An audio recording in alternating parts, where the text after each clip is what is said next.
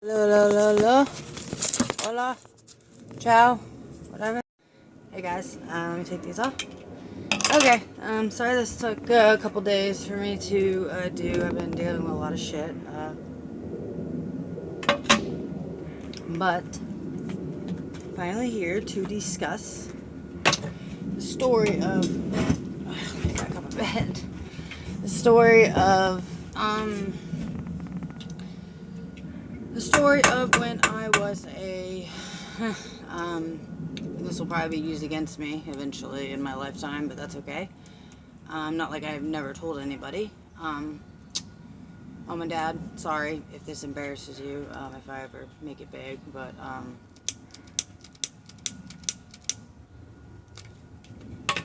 okay, so the story of when I was a crackhead prostitute in a place they call Lawnwood, or Lonsdale. I'm sorry, Lonsdale. It's like a little neighborhood area in Knoxville, Tennessee. So,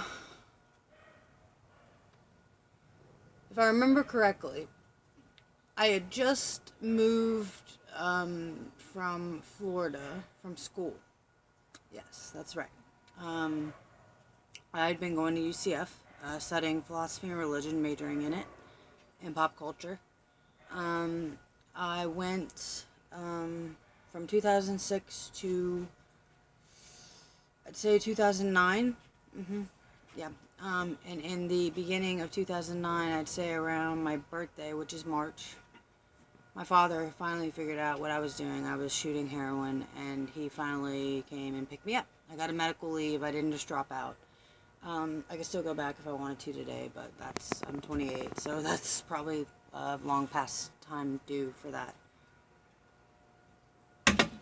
So, my dad brings me back, and of course, I'm still in the using mentality. They had locked me in my room, my parents, locked me in my room, the room that I did my old dance videos in. That room has a lot of great memories not in it.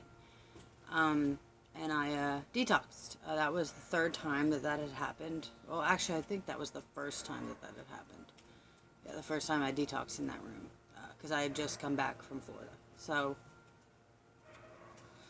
after I detoxed, took about 8 days the first time. I was still in the using mentality. I still wanted to get high. So, I ended up driving around. Well, actually, I believe... okay. Sorry, my memory, it's hard to remember all the events that, happened during these crazy times I was going through. So, I lied. I did not detox in my room. My dad sent me straight to a place called Cornerstone of Recovery. It was ranked like third in the nation at the time in 2009, I believe. So I went there in the inpatient, did the 30-day inpatient, and then went to the halfway house. Well, I wanted to use. I left. I think I got kicked out for some stupid reason. Can't remember what it was, but I think I got kicked out. No, I left. I left on my own accord. That's right. Sorry, it's fuzzy. I left on my own accord. I had my car at the time. My dad had brought me a car. He just bought me a brand new stereo, awesome stereo, for my car. When I left the rehab, I was in my own car. So I went home to my mom's house where I did the dance videos. And I was still using and trying to find drugs and all this, and I didn't really know too many people because I just moved back up there. What led to this downward spiral, me starting to use in college, and really, not starting to use, but really led to my dad having to come get me, was that my ex-fiance, I'll leave his name out of this, but my ex-fiance, who I was with for 4 years, 4.5 years, he just left. That's another story for another day. But that sent me into a complete suicidal downward spiral. So I'm up in, I'm leaving rehab, and I go back to my house, and I'm fucking around, using, getting high, getting drunk, whatever, and I get bored, so I drive to Knoxville, and I used to, back in the day, just drive around, you know, meet people, whatever. So I ended up meeting this guy named, I never found out his real name. He was my age. His name was Buddy, but we called him Bud. He did Roxy's because back then, you know, there wasn't any heroin in Knoxville. So I hooked up with him, and we were running partners. You know, we would of course have sex and all that, but I soon found out that he not only liked Roxy's, but he smoked crack. I had never really smoked crack before, honestly, in my life, ever. So I immediately got hooked. I mean, if you have an addictive personality and you fucking take one hit off that pipe, you're hooked. So, yeah. So, sorry guys. I'll try to edit that out, but if I don't, my editing skills are still being worked on. But, so I was hooked. So we were, scheming. I actually, I had a little bit of money. We were pawning everything under the sun. I was actually driving around the, crack dealer. She was this black female who kept the crack in her boob. I mean, and when you're, doing crack and, like addicted to it, like, knowing that there's, like, somebody in the back seat with, like, you know, probably, like, an ounce worth of fucking good, nice, fucking hard, you're, like, wanting to fuck crack, you know, crack is hard. You're, like, wanting to, like, fucking, like, reach back there and, like, grab her. But since I was riding her around, she would throw me a couple rocks here and there. She actually offered me $2,500 cash for my car, which I said, no, I'm not getting rid of my car. That's my red car. That's my car. I've had it since I was like 15. But anyway. Okay, so I remembered that we ran out of money. We ran out of things to pawn. So I remembered that my dad and I had a joint account for my college. It had $2,500 in it. Well, lo and behold, I went and drained that in about 2 days, not lying. So that money was gone. I got fucking hell for doing that, let me tell you. Then that was gone. So, in the meantime, you know, the guy, before I was driving the dealer around, you know, the guy, Bud, you know, he was going and getting, I would give him the money, and he would go in and get the crack. Well, I would give him money for a 50 rock. He would come out, and we were splitting it. Well, of course, he was pinching the rock, of course. He was taking more for himself. Obviously, that's what drug addicts do. So I was getting gypped out. So that's when I finally was like, oh yeah, let's give the dealer a ride. She doesn't have a car. I was the only one in that whole area that had a fucking car.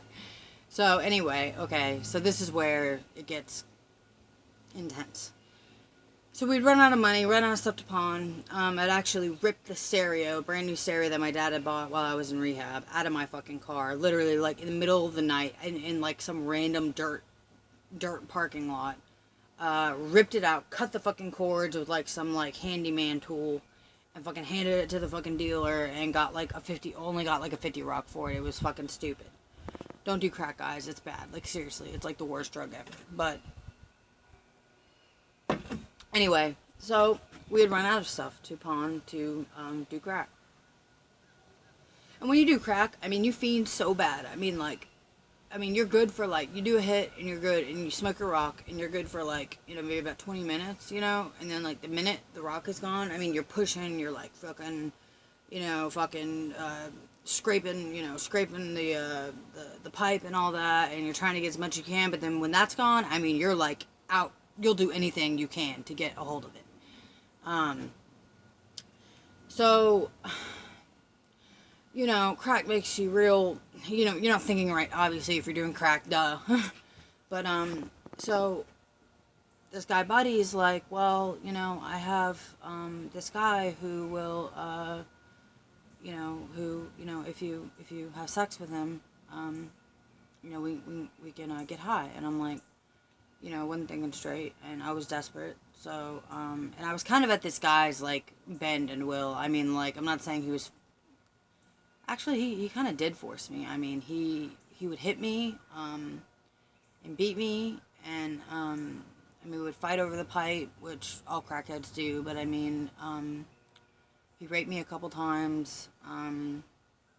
It's kind of fuzzy, you know, since we were doing so many drugs, but anyway. So, So he says, yeah, so I have this guy, and, you know, he'll pay us, basically he was wanting to pimp me out. You know, my head was so fuzzy, I wasn't really thinking, like, in those terms, but, so, guess who my first customer was? His uncle.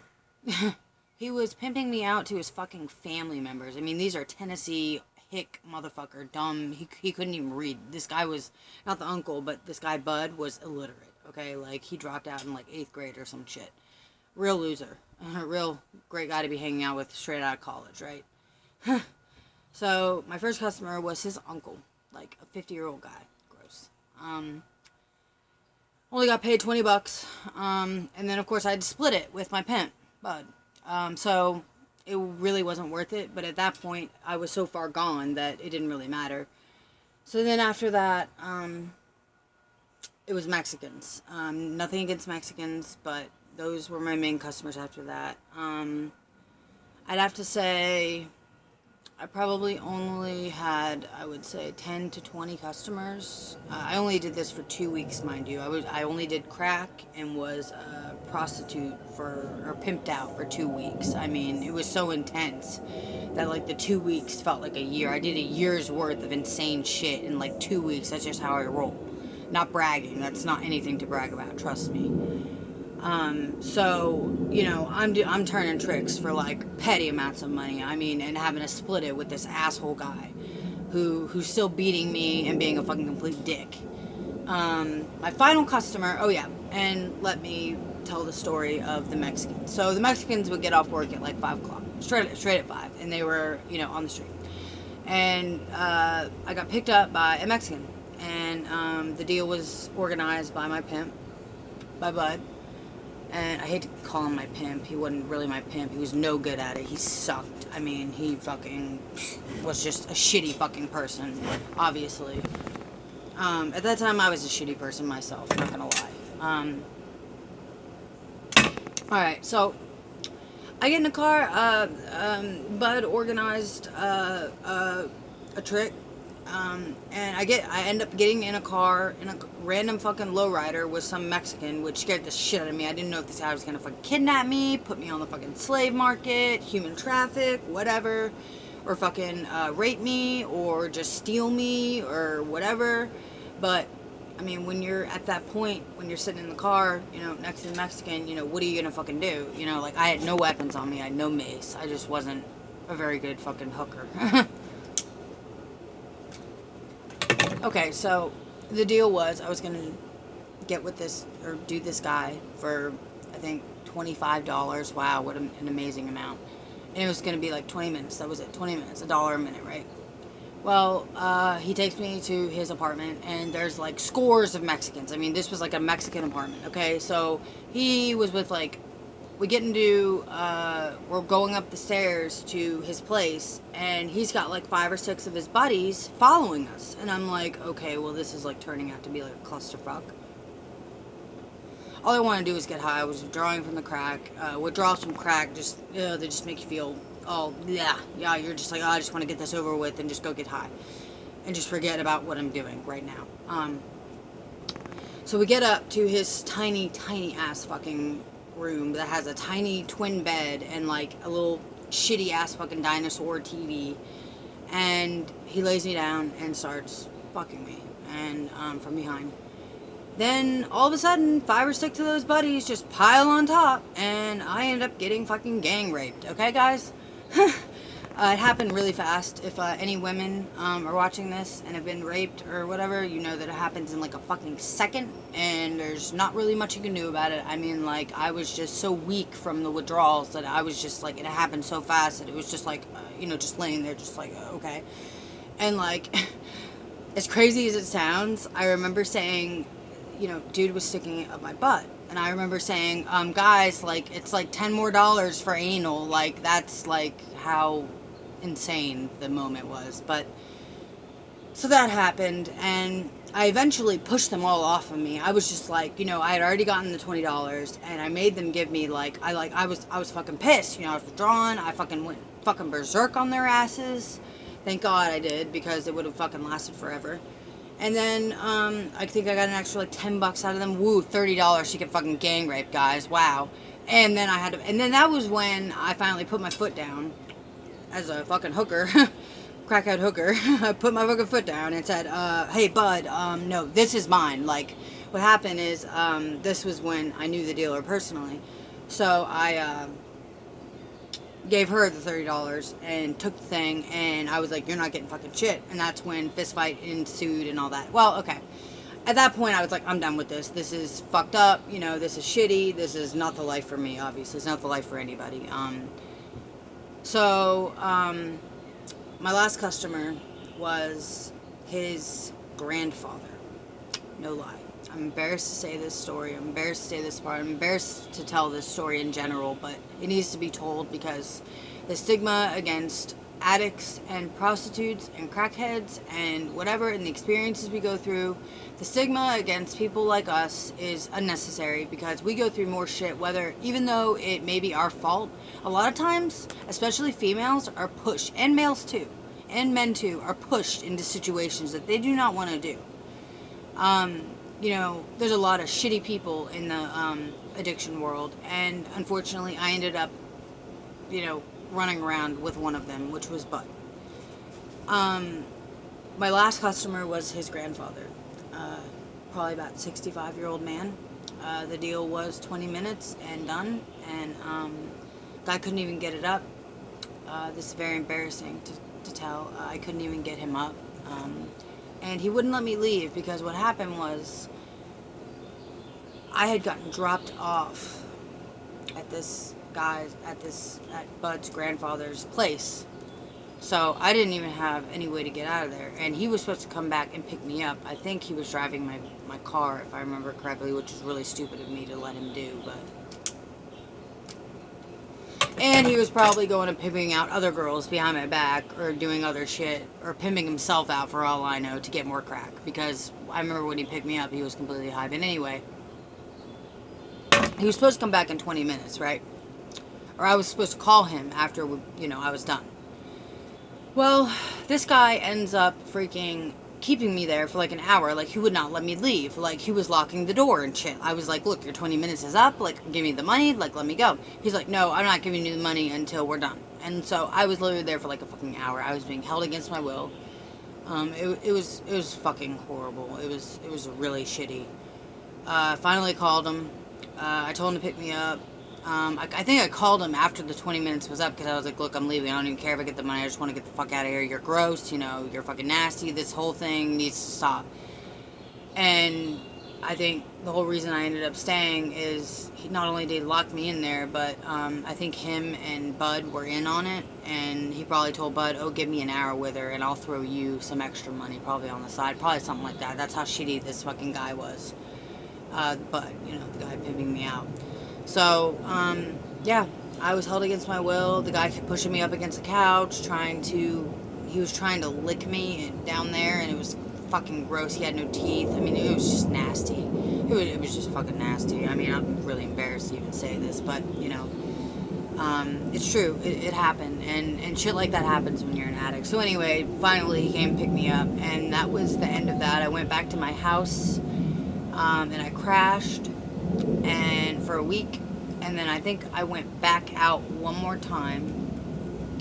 Had no stereo, no music. I love my music, and I had no music. I drove back out there, met up with him, and got some crack, and was out there for I think about 5 days. We stayed at his house this time, no pimping out. I was like, no, not doing that anymore. And then my dad was like, look, like, my dad had the title of my car at the time. He's like, I'm gonna call the cops on you and like get your car unless you go to rehab, back to rehab. So I did.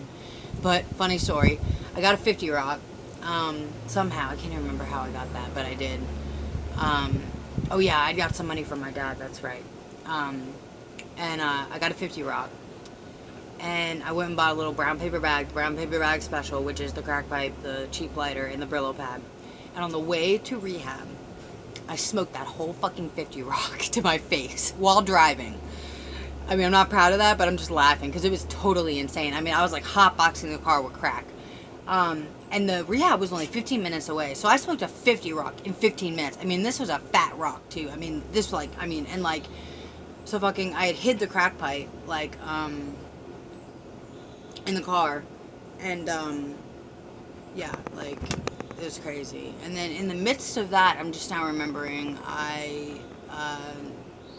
somewhere in between there or after that, yeah, after I ended up going to rehab, I went back to the halfway house. I got there, and I had to go through inpatient again, 30-day inpatient, because I was, not clean. And I was higher than a motherfucker. Not only did I have crack, but I'd taken a couple Xanax as well. So I was sitting there in the waiting room. And if any of you have been to rehabs, when they're doing your intake, you're all sitting there, or at least in this rehab, you're sitting there with, a couple people, about 5 or 6 people, including myself. And I am completely garbage. I mean, I feel really bad because, the other people are fucking all like, oh, I feel like shit, and of course, but, they give you medication, for crack. They give you, I think, Librium and this other, no, Librium they give for alcohol. But they give, no, I think they gave me Librium, doesn't matter. But they give you this one thing, it's like this small little pill they give for crack. It kind of just helps you not be so, like fiendish, and they give you a little bit of Valium and shit. But, so that's my story of me being a prostitute in Lonsdale in Knoxville, Tennessee. And if you're an addict, don't ever go to Lonsdale. It's on the west side of Knoxville. I think it's, like, the south side, northwest side, I believe. Yeah, I think it's the northwest side. It's over by Alcoa, by the way. Where they sell the cars. But don't go there if you're an addict, because you'll probably end up running into some crack, into some really bad people. Like that guy, Bud. And hey, Bud, if you're watching this, which I doubt you are, you're probably dead, which I don't wish anybody death, but knowing him, he probably is. But that was my story. Hope you guys liked it. That's that. Love you guys. I'm sorry. That was my story. I love you guys, and I will be posting another story soon. I'll probably do another story today, actually. I'm going to think about what I'm going to do for my next story. I'm trying to do some of my most interesting stories first to get some people interested in what I'm doing. If you guys have any questions or suggestions for stories about recovery or how I got clean, or Justin and I, and like how I got off Suboxone. If any of you are on Suboxone, just let me know, and I will try to get to your story as soon as I can. And I think there's somebody on here who had a suggestion for a story. If you could please just comment or send me a message on my Facebook at Michelle Autullo, Autullo. I'd appreciate it, because I cannot find your comment. I can't find your suggestion. So I love you guys, and I hope you enjoyed the story. It was a little painful telling it, but I got through it, and you can get through it too. And if you're struggling today with addiction, know that you can get through it, and know that I'm here for you. And don't feel bad. And don't let people judging you get to you, because it doesn't matter. They don't know what you've gone through. Oh yeah, and one more thing I want to address. I apologize for comparing being a recovering addict and to cancer survivor. Look, my mother is a survivor of cancer. So is my grandmother on her side from breast cancer, both of them. Look, I'm not saying they're exactly the same. I'm just saying that a lot of people don't consider addicts who have gotten clean survivors. We don't get any congratulations or like pats on the back, like, oh, so proud of you, you've been through a lot, because I'm not saying they're the same at all, but addiction is a disease. I truly believe that. And I'm not saying they're the same, but at least with cancer, I mean, I'm not saying that like it's always curable, but at least with cancer, you have doctors and people who are like immediately there for you, like, oh, like helping you out, like, oh, it'll be okay, you're strong, you can do this. With addiction, you have family who hates you, and that might be on you, but still, if you get through it and come out through the other side, like, I haven't completely, I'm not perfect, or anything. I still smoke cigarettes and all that, and I just got off Suboxone, but still, we should be congratulated for being strong and getting off of it. But I love you guys, and I will see you later for my next story.